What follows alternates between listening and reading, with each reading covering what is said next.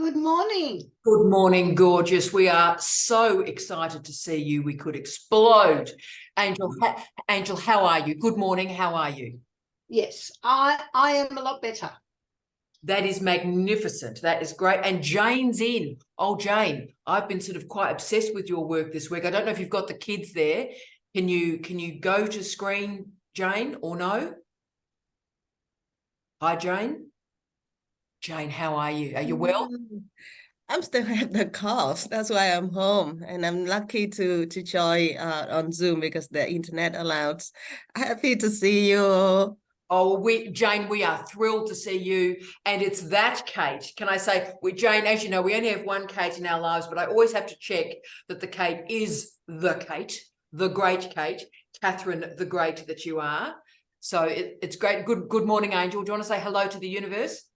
Hello, universe. And Eunice sends her apologies and her love. She's driving, so she doesn't know if she'll be able to join us. Don't even worry, Kate. We will represent her interests well today because I think if Paul's happy, so good evening, good early morning, Paul. Oh, he's still not with us. You're going to see these great guitars. G'day, Paul. G'day. Yeah. It is. Look, I get quite emotional every time I see Paul's name up because you've got up. Paul, what time is it, Paul? Just so you can guilt out half of the universe, Paul. What time is it? Oh, it's only 12:30. It's half midnight. It's not too bad. So that's a life lesson for all the Australian and Aotearoa New Zealand students. They're going, oh, look, I'm a bit emotional. I haven't had my third coffee for the day. And Paul was midnight. And look, our other favourite human being in the universe, Edwin's here. So good morning, Edwin, mate. You are a light of our lives. How are you going, mate? Oh, can you hear me? I can. Oh, lovely. Yes, I'm well. I'm exhausted. I wasn't there last week. I was in Bairnsdale, which is doing some teaching over there. So I've been doing a bit of travel with teaching. And I also got a job, which was like a very unexpected. What can I say? I got a call from people at La Trobe, and they said, you were talking about wanting to do some research. And I said, yeah. And basically, so they've asked me to join them, and I was blown away, actually. So I always have a lot of negative self-doubt, quite a lot of it. And it was quite a weird conversation because I said to her, are you mad? And I talk about talking myself down. And then I was expecting, okay, well, I'll go in at the A rate, the lowest pay rate, because I thought, oh, well, that will be about right. And she said, oh, God, no. She said, I was expecting to come in at a C. And I'm going, what? Oh, and I'm just blown away by all of it. Wow. So it was quite weird for me. So so that's been a big week, I guess. Well, yeah. Edwin, we are blown away by you, but just on behalf of all of us, can we all just do this for Edwin? How proud of Edwin are we? But mate, you deserve this. So I think this is a real embodiment for all of us to start our conversation this week, to back yourself, girlfriend, back yourself. And you tried to talk yourself out of a job and then talk yourself out of less money. Yes, so, I did. I said I couldn't believe it whatsoever. But she said you've got a unique set of skills. So because I'm still in clinical practice, and so she said bringing that clinical practice into what they're doing because it's in aged care. And I was absolutely blown away. So what can I say? Well, what you can say is you're amazing and wonderful, and we are so proud of you. And I'm sort of weeping silently. Maeve, do you want to go straight in and talk to our Edwin? Yes, I think that's so fantastic, Edwin, and also I love how it transgresses, if you like, ordinary models of how we think the world works, which is that not only do you work hard, which you have, but I would say, and I could be wrong, but keen to hear Tara and Jamie, but because you're so active in your dissemination, you called the work to you, in my view, as opposed to that very linear model where we think that you work hard and you apply 50 times, then you get the job. And I think is that true? Maeve, I think that's powerful. I'm all sort of, remember my grandmother was Wicca, so I'm so with you, Maeve. You know that. Thanks, Joe. You know the grandmother I'm talking about. But there is that notion that if you're out in the world and putting ideas out into the world, that you will summon something to you, Edwin. Yeah, well, you know, they've followed, because I've been with, you know, La Trobe doing these education programs for quite a while, and they've sort of seen me on my journey, because I didn't do my PhD with them. I did it with Victoria Uni, and so I would always talk about it, and they were always interested in how I was going, and I talk about all my struggles, bits and pieces, and you know, and they were quite lovely, and so yeah, so I. Well, so yes, it has. Well, Edwin, you've started us off with a bang in digital office hours. Can I say on behalf of all of us, we wish all our friends that see us asynchronously, hello, everybody. The family is together. We obviously will go straight to questions if anyone's got big burning questions. But as everybody, and by the way, you've seen this terribly handsome man, that's next to me. I just accidentally sort of found this terribly handsome man who's joined the pinata of the zombie apocalypse with us this week. So Jamie's with us in person live, and he's flying out at yes, bad. He's flying out, I think, at 2 a.m. like tomorrow morning. So it's incredible. But I'm sure we've all seen Donna. Donna's on the call. Now, Donna and I had a few little secret conversations this week. Now, again, I've already started having a random cry in response to Edwin. Donna, do you want to tell us what happened at the conference? We're all waiting. And hi, Andrew. Good morning, Andrew, too. Donna, talk to us, Donna. These are the cards that I prepared. Here's a little cake I prepared earlier. Blue Peter. Yeah, so I followed the advice of the group and I fully scripted out what I wanted to say. And I'm so glad I did. So glad I did. And I did have the PowerPoint as well. I think just what you had said, I laughed. I had with the COVID, I'd stopped drinking coffee, but the first coffee I had was an Americano with a shot of espresso in it, because I remembered, and I had a bowl of porridge with some fruit and stuff on the top of it, and then I had for carbs, I had lots of extra bread and stuff as well. So I was psychologically getting in the zone, but it went very, very well. There was the keynote speaker, and then I was the second student to speak. So it got it out of the way quite quickly, which meant I felt really, because people were speaking over the course of the whole day.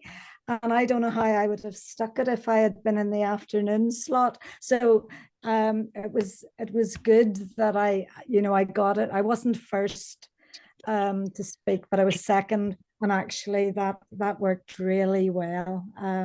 But look, guys, honestly, it just gave me the confidence to run with the cards. And as I say, I did not ad lib, you can see here. Yeah, so thank you very much. Oh, well, Donna, so how thrilled we on everybody's behalf on Donna. Donna, you are a star. So well done you. And the coffee and carbs and cards, the other triple C. Oh, that is fantastic. Oh, Donna, we're so thrilled for you. And as Kate said, Donna, a very good friend of ours, Eunice, who we see in some of these sessions, my former PhD student now, she's now completed with her corrections and so forth. I'm so proud I could explain. But Eunice would like to see you regarding your professional matter and the research that you're doing, Donna. So would you believe one of my students, and I won't get into Eunice's personal considerations, but one of my students, Eunice, has an allegiance with the research that you're doing. So when she saw you, she has some very significant personal stories to tell you exactly on your research area. So how about that? So we'll organise that, Kate. We'll get that connection going, get that conversation going. That's fantastic. So Andrew, how are you? Andrew, do you want to say hello to everybody? How are you going, Andrew? You have the best beard on this call by a wide margin, Andrew. I need to really get those hormones going. That's you, Andrew. Thank you. I'm doing well. Yeah, I'm still a student, so I haven't made my way into research yet, but I'm currently working on a literature review with my mother, Beck, down below there.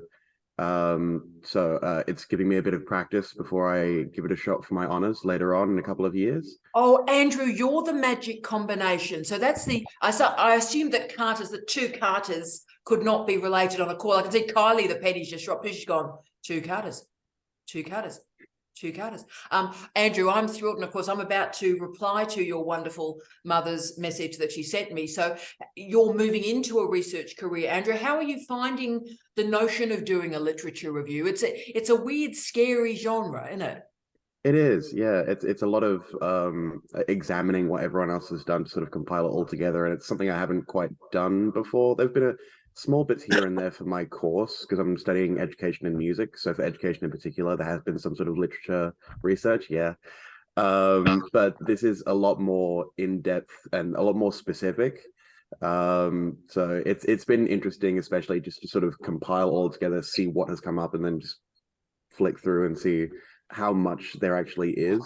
It's interesting.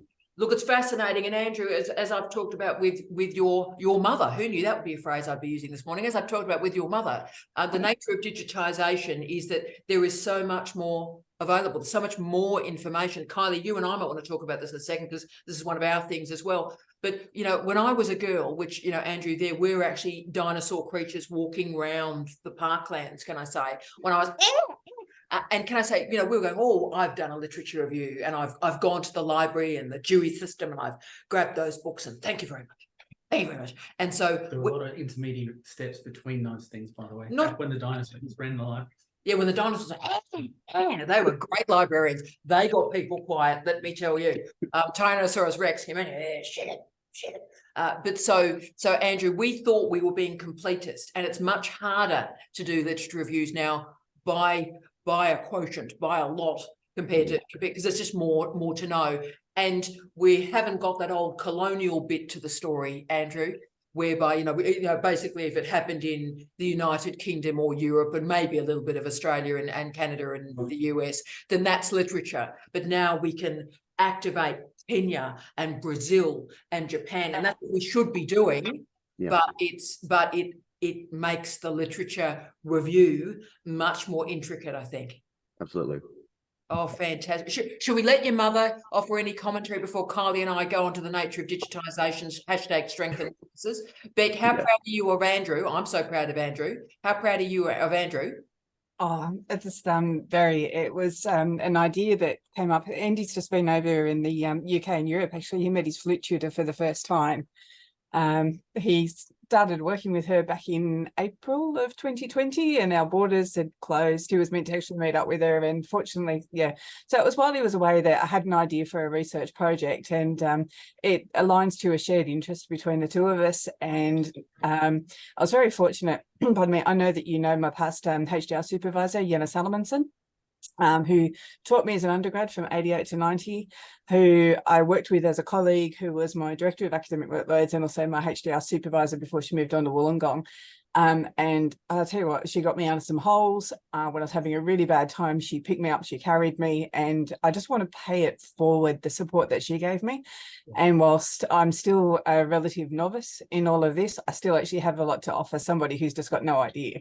So he's got many ideas. He's got many ideas, I'm certain. But I've got no idea. You have plenty of ideas yourself. You are amazing. Yeah. But look, the pair of you might be involving the old dinosaur at some point. So Andrew, you might be stuck with me in the relative long term, because I'm doing a little bit of research in the background for the pair of you. Oh, Kylie, you've got interesting people moving around your location. Yeah, I've told them to leave me alone. the guy, the very attractive guy in the fawn corduroy jacket. That's one of my managers. I just thought that, he's coming back with an answer, but no, I said, leave me alone. I'm gone out for 2 hours. Leave me alone. There he is. So I haven't seen a jacket of that that due since about 1976. So that's very impressive, isn't it? Regional Australia. Mate, we are well dressed. We are Men. but we've got all sorts. Because I've seen more floral in the Northern Territory than I have, again, for about 30 years. But you sort of look at it after a while and you go, what stopped me wearing floral? It is a thing. It's like Nothing wrong with floral. there's nothing. Then you go, why did I stop wearing floral? I stopped wearing floral because, you know, women of any size, to be frank, doesn't matter what size, but if there's sort of a hibiscus on your butt and you're walking and the hibiscus is walking with you, then I think that's why I stopped. That's why I stopped. I'm glad you went to the backside. I was thinking perfectly positioned at the front. Well, the thing is, as one ages, Kylie, where the rose must start is not where the rose finishes, is it? That is true. No, what I'm saying. Obviously, Kate's different. Kate is just a time traveler. Yeah, Kate's just gone, I've seen no difference at all. No difference. How did we get on this topic? We always live so on this quickly. Topic. So we live there, Kylie. But Kylie, have you got any vibe on, and then we'll go to the scientists, but any vibe on what digitisation has done to how we think about the very nature of literature and knowledge? I think it's huge, mate. I think it's absolutely huge.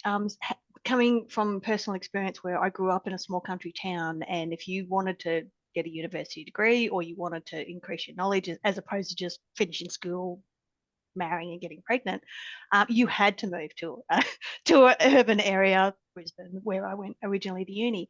But working across the regional area, there's so much knowledge, there's so much that from a knowledge perspective that we just don't know. And that's, as you know, that's where my PhD is sort of being based around, is the skills and competencies for people working in local and rural areas in local government. And how do we then give them those skills to use that digitisation that's available through computers, new technology, all that sort of stuff, as opposed to just dumping it on them. So I think it's such a great time to be in both academic but also in the industrial industry sort of area. I agree with you. And that's the nature of deterritorialisation. People forget that why I'm interested in deterritorialisation and digitisation is that it flattens it. So one can be in Dubbo, one can be in Palmerston in Northern Territory or Palmerston North. It doesn't actually matter whether you're in the middle of Sydney or whether you're in Palmerston in the Northern Territory, because the knowledge can go all those directions. And I look at the fact that hopefully, and if my daughter wants to move to the city, she can when she gets finished off school. But if she wants to do something like, I would love to have been vet science or something like that, she may not have to move. She can do it from where we are. That's what we want, isn't it? That's the gift. As the physicist in the party, Superstar, have you got a vibe on digitisation and the literature review? Only that the comment I made to Andrew about mitigating steps between having an idea and then having a literature review, yes. and talking, you know, being the old person who goes, when in my day, when I learned how to do literature reviews back in 1991, you actually didn't have the benefit of the digitisation and the information superhighway and so on at your fingertips, right? You had to do all the old fart stuff, like go and look in the library, get the microfiche. I was going to say microfiche. There was actually there was a set of journals called abstracts, and you actually went and looked for abstracts first, and then you read the abstract and you went, oh, I think I want to get my hands on that particular paper. And then you had to go through the whole process again to find the journal and then photocopy the paper. Interlibrary loans. Yeah. Now see, Donna and the Donna clone. Have you noticed we've got a Donna and a Donna clone? Who is this gorgeous creature? This is Tara that I told you guys about. This is my daughter, and I thought we're on a theme because Andrew and Beck, mother and son. This is my daughter, who's also a doctoral candidate, but a medievalist, not a social scientist. Tara, darling, it is so beautiful to see you. You are wonderful, and can I say you've got the best mother in the universe. Oh, thank you. It's so lovely to meet you, and I can't help but agree that there's not anybody on this planet that would be a better mother than my own mother. Fantastic. And she named you so well too, can I say, Tara? So well. did. Now, is Tara not the best, most erudite, fantastic, loving name you've ever heard? Well, the idea that someone has said the word erudite suggests that you were named incredibly well, can I say? Tara, I'm thrilled. And where are you in the thesis, darling one? How long have you got to go? So I'm about halfway through my second year. So yeah, the slog is on. I still have another year and a half of funding, which is nice, but this is the deep research stage. I'm kind of over my literature review, and it's you're on your own. Yeah. Find your way and, do your thing stage, which is difficult, but it's I was going to say, Edwin, it gets really real at that point in the middle, doesn't it? Yes, absolutely. Because you just go, Edwin. Sorry. This is the worst bit. You're kind of over the, oh, I'm a PhD student, and now it's like, oh God, the real work, the real grind. But it will get there. We'll get. Edwin, what advice would you offer to Tara to sort of get through that difficult middle child period? Oh, I look. You just got to keep going. I've had friends. I don't know. I think it's a mental game, isn't it? You set appointments with yourself, and you keep going, and you keep going. You keep going with your supervisors, and because my supervisors did say, "You've got enough now, Edwin. You don't need to. We don't need to trawl the world." And so, yeah, I think working with your supervisors to find that, because you can keep just going forever because there is so much information out there.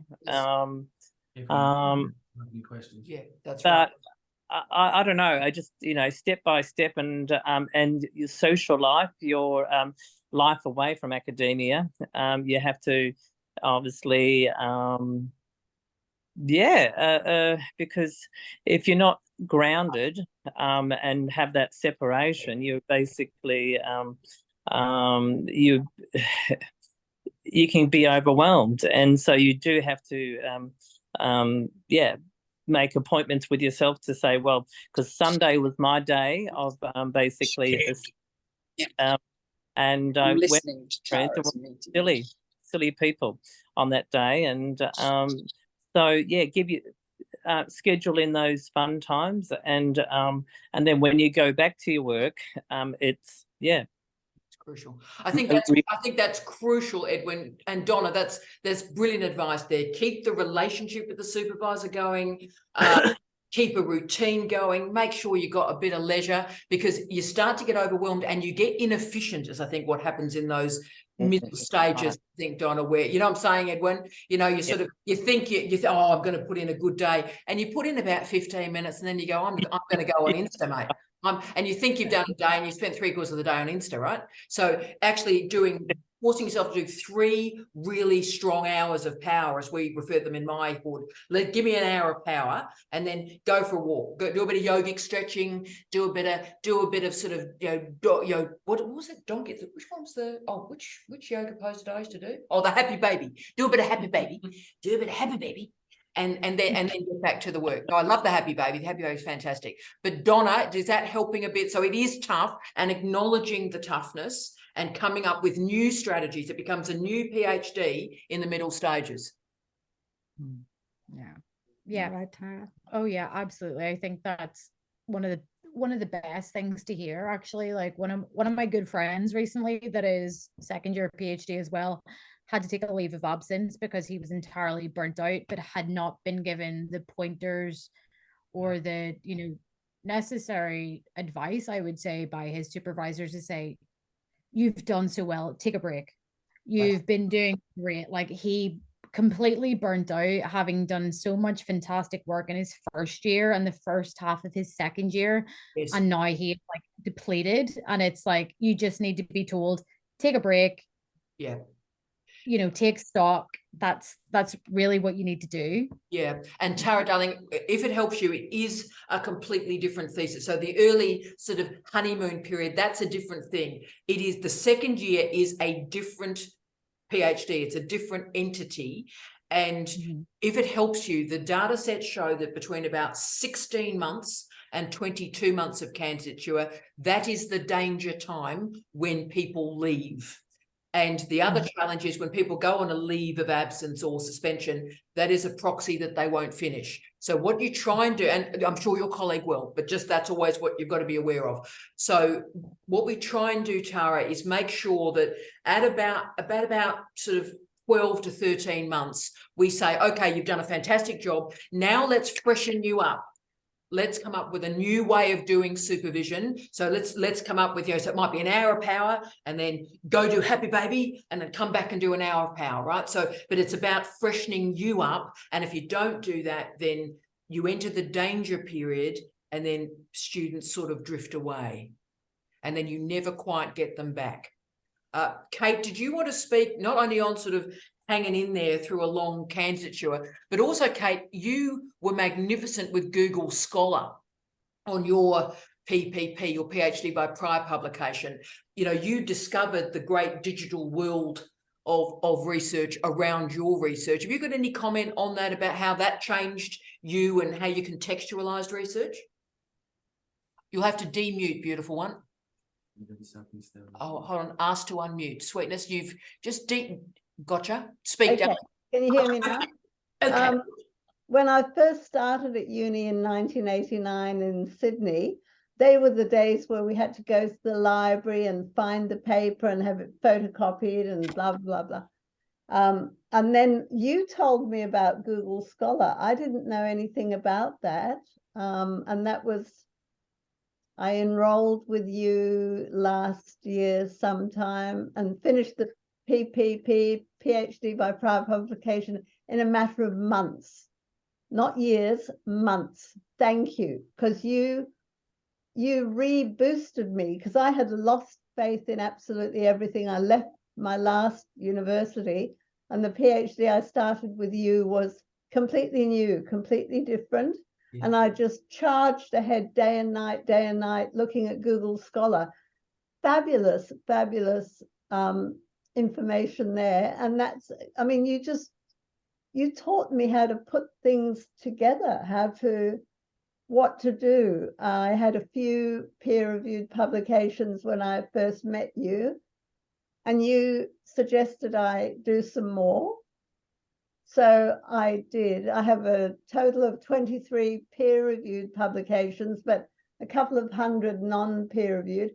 But out of the 23, with your help, you suggested which ones I should use, and I used 11 in my PPP. Very strong. And now I'm just looking at the Flinders email constantly throughout the day, waiting to hear that I've passed or not passed or whatever. But gone are the days of going into a library. That's right. Although at my last two universities, Sydney Uni and UNSW, I did have wonderful help from librarians. Librarians. Always logged on with the librarians to begin with and had lots of phone calls and lots of advice. And that's right. Libraries are no longer simply, although I love monographs, they're not simply going to a building and grabbing a book. It's about libraries in case librarians. And yes. Librarians are the gift to us. But Kate, yes. You used Google Scholar. You took to that like a duck to water. So I remember the meeting where we talked about, have you gone and you have a look here? And I showed you a couple of links and you went, hello. And the next week you'd come back basically as the Jedi Knight of Google Scholar. You've gone, I've lived on Google Scholar 24/7. I love Google Scholar. Let me tell you about Google Scholar. But what it did do for your PPP, your PhD by prior publication, that's for colleagues that may be enrolled in that mode or will be supervising or examining that mode, is you were able to put your own article in and look at all the cited by. Yes.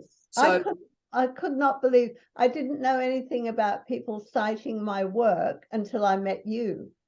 And lots of people have cited many of my papers, not all of them, but a lot in aged care. probably most in aged care. And what we could do, Kate, is then look at the disciplines that had cited you, look at the Yes. patterning of those citations, the nations, and of course, because Google Scholar is heavily international, we could see that, I know this will come as a surprise to you not, but Kate is very big in India. Kate's work is very, very big in India, and we didn't know that before Google Scholar. We're going, oh my goodness me, there's a whole thing, there's a whole sort of group that endlessly refer to Kate's research. So we didn't know that before we looked at that. Oh, hey, Tara. No, but the other thing that happened that you know about, Tara, when I started submitting to one particular journal, the Asian Journal of Medical Sciences, because you told me that I don't have to pay to publish. No. Whereas one paper a couple of years ago, they asked for $4,000 and I paid it. I didn't know there was such a thing as free publication, but the editor of this particular Asian journal actually said he loved my aged care work, and I published another couple of papers with him. But in the last 18 months or so, he has actually sent me half a dozen research papers being done by doctors and nurses whose first language is not English. Wow. And I have absolutely loved working for him. Wow. There's no payment or anything, but that doesn't matter. The research that some of these nurses and doctors are doing, like traumatic wounds in the outback of the Himalayan mountains, I mean, you would never even think about that. So all I do, I do the English language for them, help them with that. And then I will comment. They often send photographs of really disgusting wounds, and wound care has been one of my passions for decades. And I will say, can you do a bit more on this as a case study? Can you say, you know, what happened to the, but at the foot of the Himalayas, for goodness sake. I'm obsessed. I love working for him. Oh, well, can I say, I bet you the day he met you, I bet you it was one of the great days of his life. But what is the gift of Kate to academic life? It's unbelievable. Yes, please, Darren. So for the sake of my autistic spectrum and being able to tick the box that I completed my thought that I started before. Yes, sir. When I was mentioning to Andrew in the old days, I wanted to finish by saying in the digital age which we live in now, it's so much easier to find connectivity between things. So, you know, Kate just gave you the example where there's no greater feeling than seeing where your ideas have led others to, you know, and how it spurned new ideas. And there's also nothing better than having one of your articles translated into another language and seeing that in print. That's really cool too. Oh, I haven't seen that yet. You will, Kate, you will. Kate the Sherpa. Kate the Sherpa, yeah. I'm big. No, that's fantastic. Yeah, no, very, very impressive. But Kate's just picked up something, and we sort of are endlessly every week in Digital Office Hours, we try to get to dissemination variables. So I'll check if there are any big questions from colleagues, but I'll just, in response to Kate there, where are we at now? 68% of open access journals have no author processing fee. So if everybody goes to www.doaj.org, the Directory of Open Access Journals, we talk about it a lot. Are you going to do something? Ooh, you in the chat? Oh, you in the chat? Oh, are you going to, oh, are you, oh, that's all a bit awkward. Okay, righto. Don't mind me, just keep going. Yeah, don't mind me. I've just got this hand doing this praying mantis. So colleagues, if you go there, you put in, there's thousands of remarkable journals from around the world, okay? And so all this notion, we've talked about the tiering. I think Edwin and I had a bit of a conversation a couple of weeks ago about the tiering of journals and so forth. If that's your thing, do it. But I can't mention the university because this research, they can't publicize it because it's so controversial. But one particular university put about $500,000 in their budget line to pay author processing fees for gold open access in the top end of town journals. And then they studied the efficacy of this $500,000 a year later, and they showed that the platinum open access journals where no fee was charged and the gold open access where the heavy coin was charged, both had the same number of citations. In fact, it went more than that. The platinum had more. The platinum, the free open access journal articles had more citations than the gold that had been paid for. That's because you've got to pay to access the gold ones. Well, this is where it gets complicated, doesn't it? So, colleagues, that perhaps is something to think about. And of course, that leads to, I see wonderful Sue's in the house. Good morning, Sue. And we certainly, you might have to demute Queen Sue, but we, with your publications, went very strongly into platinum open access. And by the way, colleagues, as you know, platinum open access is the authors don't pay anything and the readers don't pay anything. Nobody pays anything. A journal, as Kate has talked about, university academics make a commitment to commit to the industry, commit to knowledge, and don't want to charge people for it. So, Sue, you, of course, have done both. You had the heavy pay and then the open access, platinum open access with our work. And I think that that gets read much more too. And I think it was very, very beneficial to be able to do that. I'm interested also in the deterritorial, that one. That word's a hard word, mate. Hard word. Yes. If only I hadn't lost my speech when I did, but it's coming back quite well. Can I say, Sue, I mean, I won't speak to the matter, but Sue had an illness event. And so that's why Sue hasn't quite been with us for a little while. And Sue, post that illness event, you are a bloody triumph, Sue. So, well, it's very frustrating because it all goes through my mind, but it won't come out of the right orifice, I don't think. Mind you, can I say I haven't had a health event, and that's still a challenge for me, Sue. So yes, but yes. I was just very interested in the saying that we can do so much more in the country, Yes. staying in our region, accessing everything we want to, but I don't think that it's as easy as that, because I think that people don't listen to you if you're in the country so much. You can put it on the internet and people will listen, but I don't think people tend to listen, well, particularly in health, to people in the country, especially old ladies working in the country. But no, I think it's everybody, and I think that that makes it difficult to get your theory across all the time. Yes. The other thing is that I think that the health department or the government departments tend to be very central and not well, certainly in South Australia, and not to be interested in the regions. They say they are, but they need in South Australia, they need all the figures from Adelaide to make Adelaide as important as Melbourne or Sydney, I think. And so they want to use the facts from Adelaide and be the instigator of everything, so that the numbers all come from there. That's exactly. And they don't spread it into the regions as much as they should, I don't think. It's so well said, Sue. And there's a reason for that. We've got all the technology to create, remember I used to refer to it, Sue, as a parity of experience or a parity of care. But the trouble is we've still got what I've described as a deficit model in place. So that's creating a hierarchy of particular renderings of urbanity, better and greater and more significant than regions, third-tier cities, fourth-tier towns, and so forth. So that's an ideology. It's not real. It's not appropriate. Digitization has corrected so many of the movements of people and ideas and money, and yet the deficit ideology is still in place. I mean, Paul, that was the case in the UK, of course. What did one of my great mates used to say?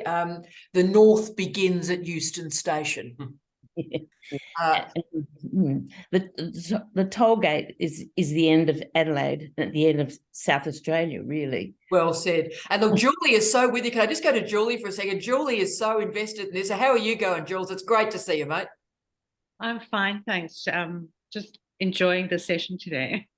Oh, brilliant. What's your feeling, Julie, on that sort of regional, urban, the movement of knowledge and so forth? I think that Sue is absolutely right. And I made a comment that, you know, what you see in the regions or out of major cities is so much broader than what you would see in a city, because everyone is so specialized. I have friends who've done medicine, you know, younger people. And if they go out of the major cities, I mean, even to Geelong, if they were in Melbourne, the experience is so different, and the hierarchies and the culture, that it's a much broader and in many ways more generous offering that you get. So Yeah. I'm Yeah. sorry, Sue, but you know that you experience that, but you still personally experience so much more than many people in the city do. Absolutely. So, Oh, Sue, actually, sorry, Sue, you were going to say something. Big pardon? Are you going to say something? Sue, were you going to say something, Oh, sweetheart? yeah, look, I agree. I think that that the diversity is very, very much you have to be across so many more things when you're doing study in the country, and you can relate it much more closely to the people that you're trying to help, because you see them constantly and you follow what's happening with them, and I think that that's a very important part of understanding how your research is being used and what it's doing. Because Sue, everyone talks about stakeholders. It's like I can't move 3 feet. I can't move 3 feet without going stakeholders in my face, and yet actually really working with actual stakeholders rather than having it as a tick and flick exercise on a form is much more complicated. But Dale, where were you on? What do you want to say about this? Because working in the region. Oh, Edwin, we'll come straight to you. We'll just finish Jamie's point and straight to Edwin. Go, sweetheart. I was going to say, Sue highlighted a problem, but she also highlighted a way to deal with that problem. So being a physicist in the sciences, there's a lot of elitism in physics, right? Yeah. And a lot of physicists become physicists for the elitism that goes with it. It's part of the training in a way. But I kind of want to say that when identity gets in the way, right? If you think about what you're doing, you're contributing to research on a whole global scale. You're here for the whole world, not for one particular entity or one city or whatever. Yeah. When someone comes along and tries to make you feel inferior, it's actually never about you, it's about them. Right? And I've encountered that many, many times. People who need to assert their superiority do it because they want you to believe them, right? Let your actions do the speaking. Yeah, I remember, Sue, my beloved late husband, Steve, and you and I talked about this. So Steve said the really great scholars, the really great researchers never gob, never speak about how great they are, because the work speaks for them. So when any random ever gets up in a meeting, goes stakeholder, and then starts their career narrative, they take a breath. Let me tell you about how fantastic I am. You know, these people, I just laugh my way through it. It's like, oh, are we finished yet? Are we finished? So the career narrative people, let me tell you how fabulous I am. They never are, because the work should do the job. But Edwin, mate, go, mate, talk to us. No, I didn't have anything there, but I was just sort of relating to all the country stuff that was being said. I was laughing at one of my own experiences going to a country town, and I had to set up the hall to do this talk, and we had to get old Bert to open up the hall, and he has a hearing aid, and basically I had to write everything down to actually communicate with him. He was in his 80s, and then in terms of getting the morning tea, afternoon tea, you know, the ladies auxiliary club were coming in to bake all these stuff, and it was fabulous. But it was basically, it wasn't my traditional, you know, arrive and the catering's all done, this is done, whatever. It was, yeah, I'm just saying that the country's a very unique group of people. I love chatting out there and having my I do a thing called comprehensive assessment of the older person, and they love it, and the experiences that they bring are completely different from what's in the city, completely different. And we've got to find research strategies to enable that diversity and that granularity. I mean, one of the reasons, there are many reasons, but one of the reasons I came up to the Territory is this is such an unusual and spectacular place, because for our colleagues around the world, the Northern Territory is like sort of the northern provinces in Canada. The Northern Territory has less than 2% of the Australian population, but it's 1/6 of the continent. And so it's 1/6 of the landmass. So that's a whole, when you're dealing with, how generalizable is a data set? Well, this is the place to test the generalizability of data sets in doctoral education, in health, name an area. And this is a great place to test it, I think. Fantastic. And Paul, you must find that too. In some disciplines, there's this notion of, well, what happens in London can be generalizable to Belfast, or to Glasgow, and that's not always the case. Yeah, for sure. I mean, yeah, in the arts we get that a lot. London's the place to be, or actually the southwest, Bristol, Cardiff at the moment is more the art scene, and yeah, it's a micro territorialization in the UK is there for sure. Yeah. And I was going to say, Paul, for our sort of research, for research in the humanities and social sciences, I think we all need to work a bit harder if we're going to make a case for generalizability, if we're going to make a translational research. Again, these cliches are tick a box in a meeting, but if you're going to make a case for translation, we all have to work a bit harder in deterritorialization to show how the information, the data set transforms as it moves. Yeah, and that's probably where I got into the use of modalities. That's exactly why I got into the digitalization, looking at digital literacy, is how to transfer that and how to see that data work, and see it move is through that. Oh, that's fantastic, Paul. And look, we should go down to the legendary Sarah. Sarah looks like she's come out of a country road commercial. Have you? Hello, leaning forward in the green with the great light. Look at that with the hair flick. Oh, that was a bit Cher 1987 flick. Fantastic. So, Sarah, how are you going, superstar? Just finalising grading, really. It's not very researchy, but I've got plans. Tell us. Look at Jane. Tell us about the plans, Sarah. Right, I have, how I'm kind of in between PhDs? Yes, as you do. Yeah, obviously, yeah. Yeah, well, I've decided that I might change completely. Right. So that's where I'm at. So I've been working in the scientific literacy space for kids in primary schools. Yes, you're our person. Yes. I'm big. I was interested to see what Paul was saying about modalities, because all of that falls under the umbrella of semiosis, and I think that it's really an interesting space. But think that I might change my plan, and I'm dealing, and you were talking about Northern Territory and regionality. I think I'm a parent of 3, and I'm a teacher, and I've got 2 kids that refuse to go to school and are very miserable at school. And so I think that there is a space we have in education, we have a lot of measures about how good a school is, and it's measured by academic results. But there's no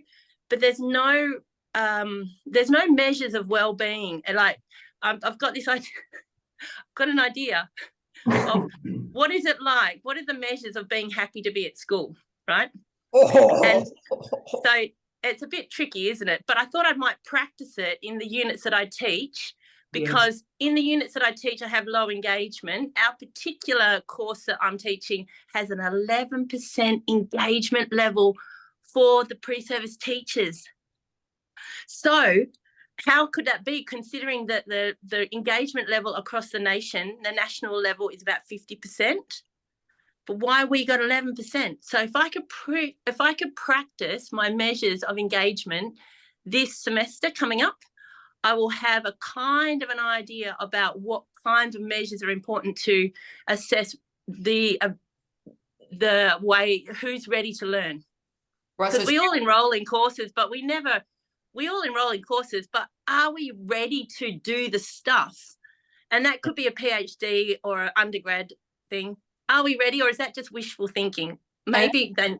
Yeah, it's funny, and we're going to go straight to Maeve in 1 second, but Sarah, that's crucial. The work I've been doing recently with the wonderful Narelle and Jamie, so we've been doing that, as we've talked about, those 4 articles on disciplinary literacy, and part of my projects, obviously I've got 2 wonderful scientists and I am other, but can I say my whole project was about moving us from a deficit model of teaching and learning to an abundance model of teaching and learning. Strength-based. Yes, using universal design. And you know, I think I've done okay. I think there's a lot more work to do. But Sarah, I'll ask the obvious question everyone's sort of desperate to ask you.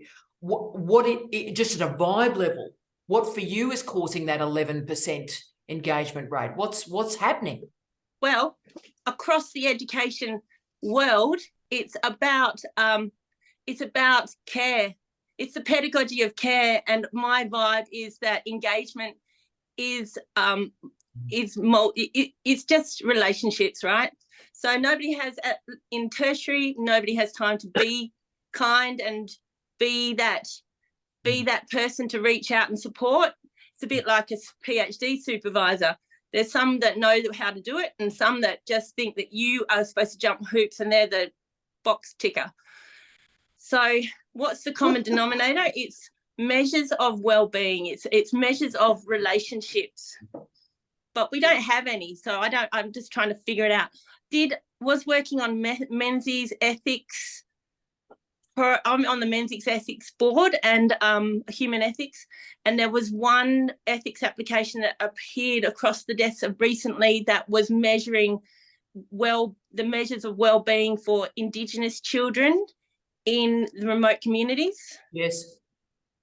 So they're coming. That's a health sector. They're looking at measures of well-being, and I'm just thinking about whether or not that translates into measures in education. Can we expect a school to meet a certain level of requirements for the school culture to flourish? I think you'll change people's lives there, Sarah. And also, just before we go to Maeve, ponder, didn't the UN do well-being indicators 5 years ago? Could you just check that for me, Sarah? I could have dreamed. That was my idea, and it's been stolen. No, it hasn't. No.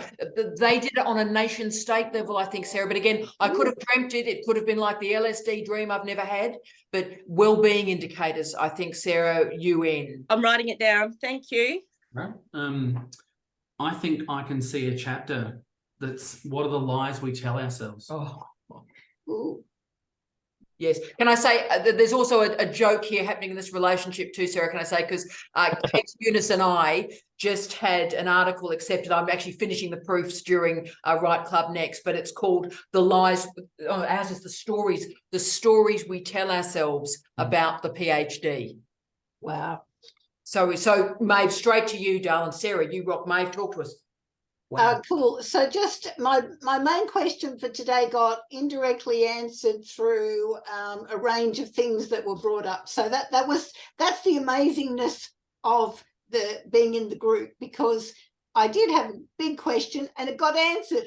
Did it? Well, oh, sorry. But my comment about Sarah, I love your work. I love how that sounds and how that resonates. And even if they have used it for the UN, and obviously you sound very together in your academic work, but you can just use that, turn that lens on its head and critique their lens as a beginning.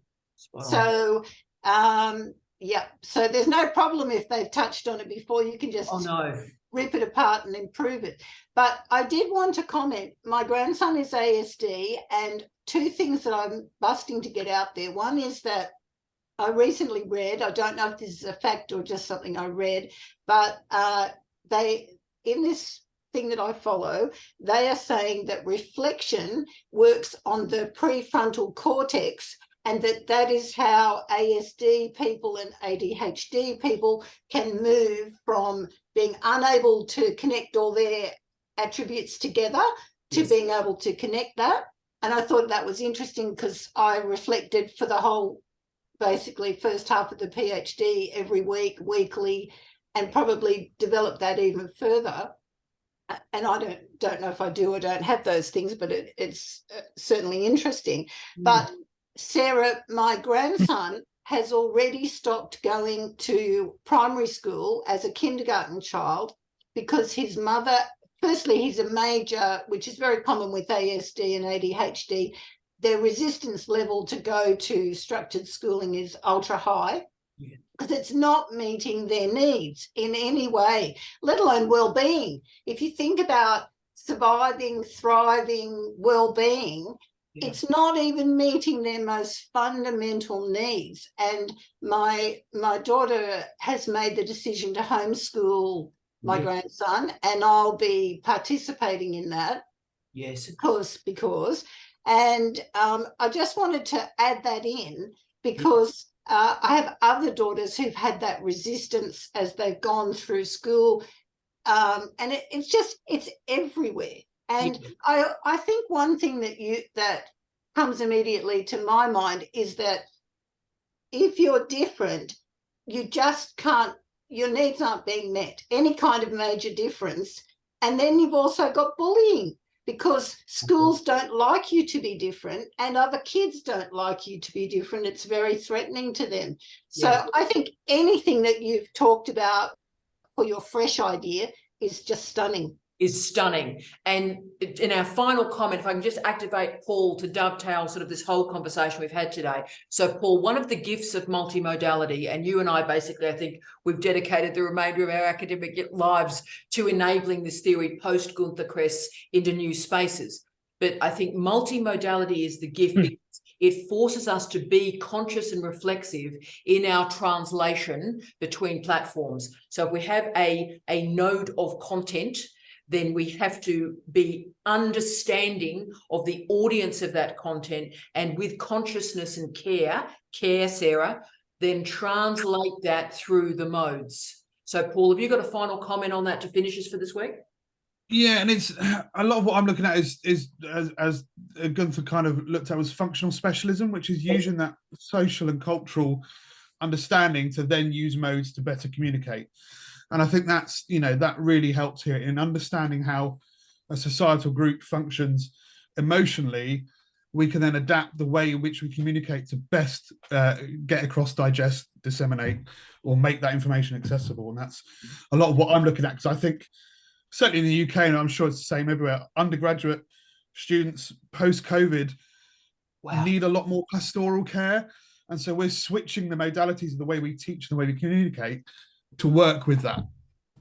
Oh, that's what I'm looking at. Yes, absolutely amazing, man. I don't think we're going to grasp the consequences of COVID a generation on. I think I'm certainly frightened for our lab-based colleagues, because we've got a generation of students that haven't had that lab immersion, and the consequences in the experimental sciences we won't know for a generation. And I think the capacity to have the intellectual discipline that we ask of people in the humanities and the social sciences to read and have synchronous engagements, we've got a generation of students where that is now challenging.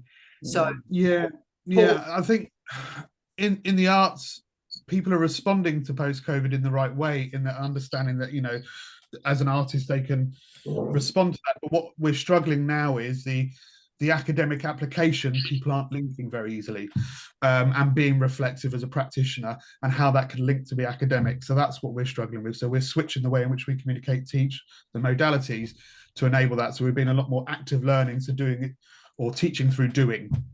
Well, I tell you what, Paul and Sarah were meant to meet today. This is a powerful moment. And Sarah, the only sort of reference your old Tyrannosaurus Rex will give you at the conclusion of our gig today is, yes, go to Gunther Kress's multimodality, tremendous work, but you may like to take a step back to a book written in 1988, great music year that was, great music year, but in 1988, Robert Hodge and Gunther Kress wrote a book called Social Semiotics.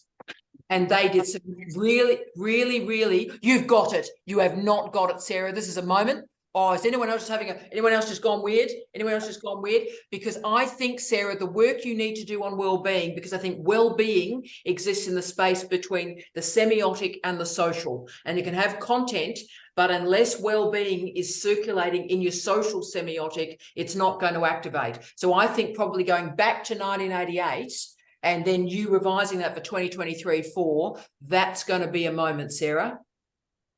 Thank you. Agree. And use of communities of practice as well.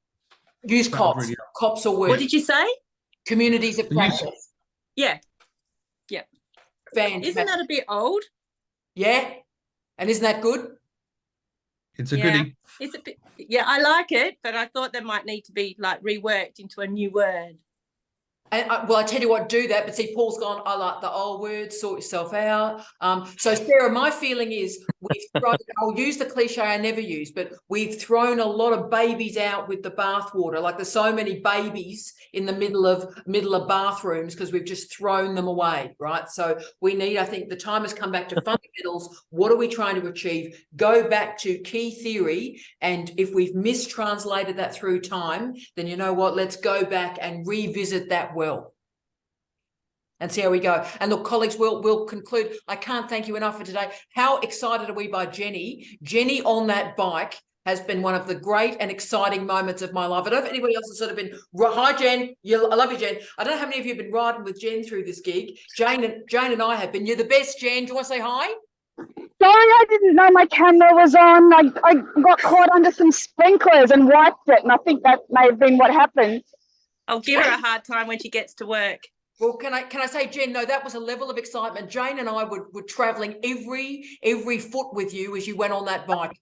So, Jen, you take care, colleagues. What a powerful hour. Donna, we are so proud of you. Edwin's in work. Andrew, we've met. This is just exciting. Colleagues, see you on the other side. Those of you that are joining us for Ruck Club, see you in a couple of minutes. Bye-bye. You're the best. See you, Sue. Love you, Sue. Lovely to see Jamie.